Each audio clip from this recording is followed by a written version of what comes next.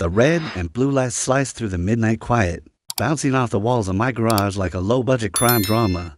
There I was, standing in a dusty work shirt, holding a half-built radio scanner and wondering how the hell this became my life. Officer Daniels stepped out of the cruiser first, hand hovering over his belt, eyes scanning like a hawk. Behind him stood Patricia Goldstein, arms crossed with smug satisfaction plastered across her Botox face. Like she just won a neighborhood power struggle. She thought she had me cornered. She thought she'd finally caught me in the act. What? She didn't know. She just lit the fuse to her own downfall. But let me rewind a little. Meet Mike Sullivan. Me name's Mike Sullivan. I've worked as a 911 dispatcher in Mason County for the past 12 years. If you've never done the job, let me break it down for you. You sit in a dark room for 10 to 12 hours a day, fielding emergency calls from people having the worst moments of their lives. Cardiac arrests, high-speed collisions, suicides in progress. You don't get to look away. That's why my garage is sacred. It's my retreat. On my breaks, I drive 8 minutes home, dim the lights, slip on headphones, and work on antique radios. No loud music, no power tools. Just me, my soldering iron, and the quiet crackle of AM signals. Enter the HOA tramp Patricia Goldstein. Our HOA president had other ideas. The woman was a walking violation notice for 3 years. She ruled Pinterest estates like a dictatorship, disguised in yoga pants and a clipboard. She fined sweet old Mrs. Peterson for leaving her trash cans out 5 minutes too long. She banned children from riding bikes after 6 p.m. She even tried to regulate mailbox paint shades. 6 months ago, I found my first note from her, purple ink, formal language, unauthorized nighttime activities in my garage. I laughed. I figured she was just wound tight. But the notes kept coming. She complained about the faint light from my window, claimed my odd hours were suspicious. She even tried to pass a rule banning garage use after 10 p.m. Thankfully, the community voted that nonsense down. But Patricia, she didn't take the loss well. Escalation started creeping past my house in her silver Lexus.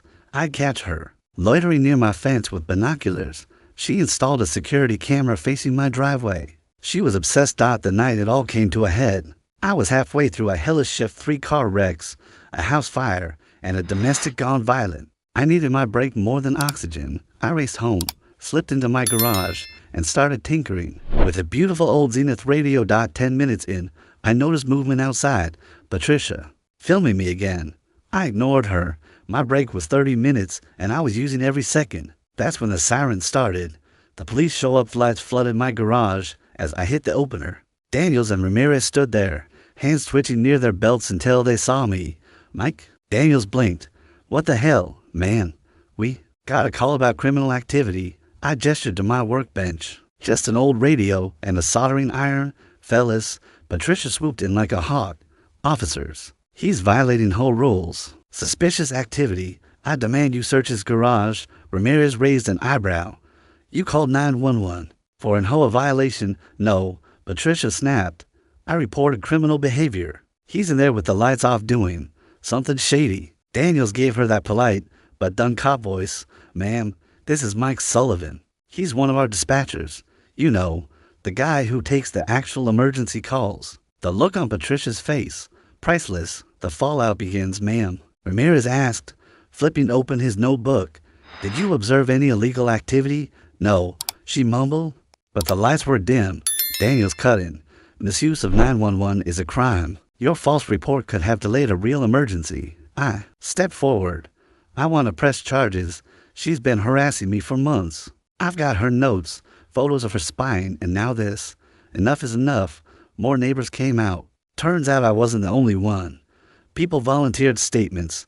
Apparently, Patricia had been the neighborhood menace for years. Consequences. Catch up. Weeks later, I sat in court as Patricia pled down the 911 misuse to a $1,000 fine. But the harassment stuck. Another $2,000 and 60 hours of community service. Then came the whole meeting. I didn't go, but Tom Johnson filmed it. Patricia tried her usual power trip routine, preaching about property values. But when they held the vote of no confidence, unanimous, every board member ousted her. Then her employer, a local real estate agency, caught wind of it all. They fired her within a week. Her house hit the market a month later. Poetic justice. The last time I saw Patricia, She was stuffing boxes into a moving truck. She caught me watching from my garage and turned away, ashamed at the new family, a paramedic and a night shift nurse. When they moved in, they brought cookies. Said they were glad to have a neighbor who understood working nights. Patricia tried to weaponize the system against me, but she forgot something critical. I am the system. She thought her HOA title made her untouchable. Instead, she learned what happens when you cross someone who knows how to play by the rules better than she ever could. And when I sat back down in my garage with the hum of a working Zenith and some Miles Davis in my ears, I realized something. Sometimes the villain in your story creates the perfect plot for their own undoing.